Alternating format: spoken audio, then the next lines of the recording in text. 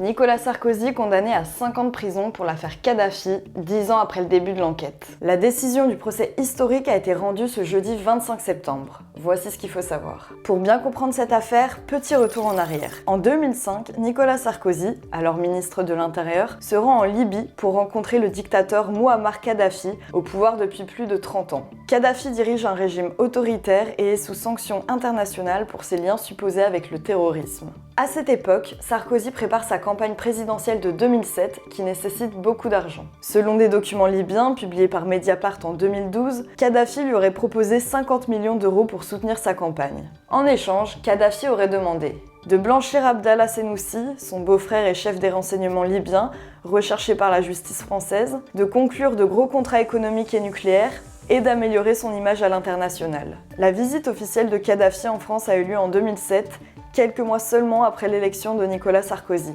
La justice est alors interrogée sur ces échanges qui constitueraient un pacte de corruption, c'est-à-dire un accord illégal d'argent et de faveur. C'est pourquoi il y a eu un procès, qui a débuté en janvier 2025. Nicolas Sarkozy et 10 autres prévenus, dont d'anciens ministres et intermédiaires, étaient jugés pour corruption passive, financement illégal de campagne, association de malfaiteurs, recel de détournement de fonds publics. Nicolas Sarkozy risquait 7 ans de prison, 300 000 euros d'amende et 5 ans d'inéligibilité. Le jugement final a été rendu ce matin. Nicolas Sarkozy a été déclaré coupable d'association de malfaiteurs, mais il a été relaxé pour tous les autres chefs d'accusation. Il a été condamné à 5 ans de prison ferme, avec mandat de dépôt différé et exécution provisoire. Ça signifie que ça lui laisse quelques semaines pour organiser sa vie avant l'incarcération, mais ça ne permet aucun aménagement de peine.